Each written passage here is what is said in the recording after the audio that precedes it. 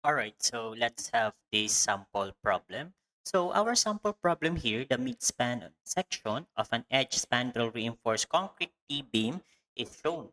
The beam has a clear span of 10 meters, a web width of 350 millimeters, a total depth of 650 millimeter, and a flange thickness of 100 millimeter.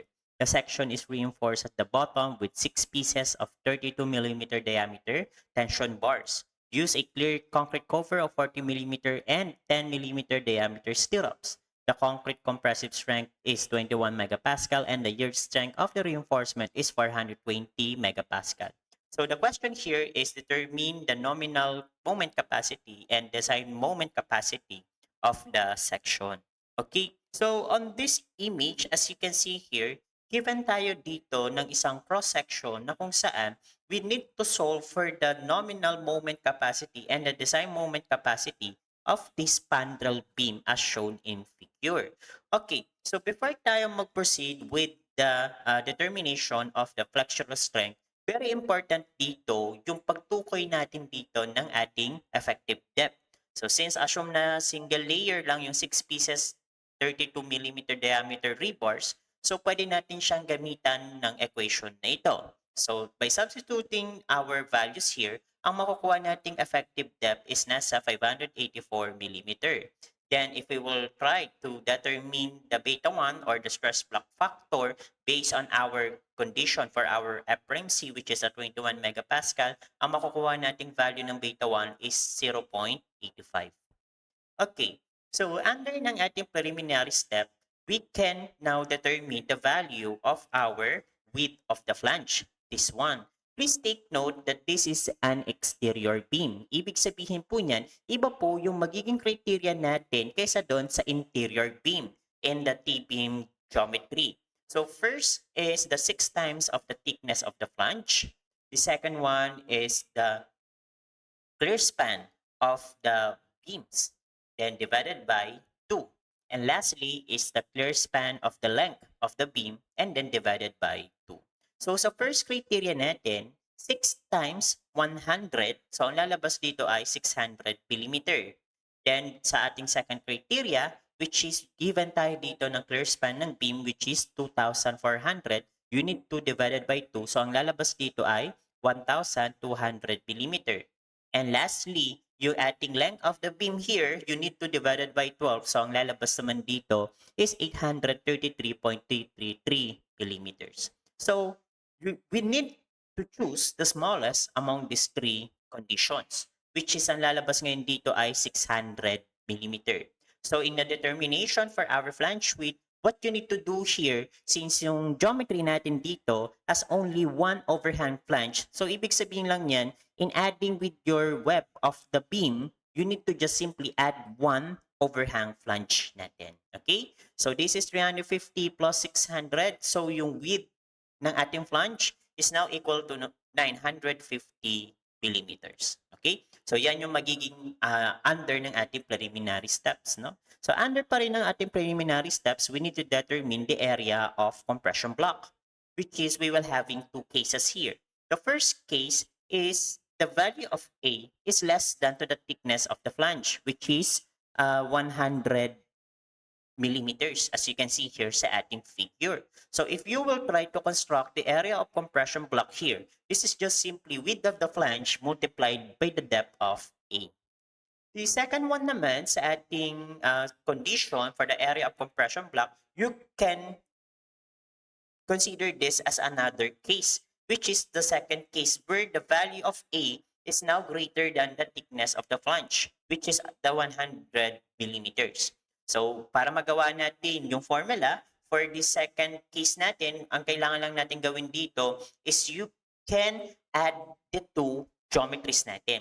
The first geometry natin ay yung nasa flange, which is the thickness of the flange multiplied by the width of the flange, yung nasa itaas. The second one naman ay yung nasa baba, which is, para makuha mo yung height na nandito, yung remaining height, is what you can do is minus mo lang yung A and then yung thickness ng ating flange. And then, multiply lang natin sa kanyang width of the web para makuha natin yung area nung second geometry natin. So, of course, para maging area of compression block, kailangan mong ipag-add yung dalawang geometries natin. You need to total it up, no? So, alright. So, yan yung magiging condition natin dahil ang next na gagawin natin dito is we will having still assumption. So, actually, you can assume first that the still will yields, tapos gagamit ka ng first case. Yung first case natin na hindi lalagpas yung value ng ating A sa 100 millimeters. But ako, ang gusto ko lang gawin dito is I will assume agad sa second case, no? Just in case lang, baka mamaya mag-satisfy na agad siya sa second case, no? Okay, so let's assume that our reinforcement will yields and also our case here where the value of A will be exceed to 100 millimeter. Ibig sabihin lang yan, class, gagamitin ko itong equation na ito as my part of the area of compression block. So kapag tayo ay dumating sa ating equilibrium compatibility, ito na po yung magiging form ng ating equation where the area of compression block, sinubstitute ko lang yung dinerive natin under the second case. Okay? So, substitute lang natin everything, yung mga values from our given. So, ang makukuha nating value ng A dito is 152.974 millimeters, which is this is greater than 100 millimeters. Ano ang ibig sabihin lang po niyan? Yung second case po natin is nag-satisfy. Okay? So, kung nag-satisfy po yung ating second case, kailangan din natin i-confirm or kailangan din natin i-verify yung magiging inassume natin na rebar strength kung paano siya mag-fail. So, of course, kailangan natin kunin yung value ng C, which is 179.6969 millimeter. Kasi yan po yung gagamitin natin as the value when we are now determine in our checking of assumption, which is by determining the rebar strength. So by determining the actual rebar strength, this is now equal to 1,346.999 megapascal, which is this is more than 420 megapascal. Ibig sabihin lang po niyan, still yields. Okay, so sa pagkuha natin ng strength reduction factor para magamit natin siya sa ating design moment capacity is pwede natin pagbasihan yung ating rebar strength. And our rebar strength here, which is 1,346.999, is more than 1,000 megapascal. So that based on this criteria, ang makukuha nating strength reduction factor is 0.9.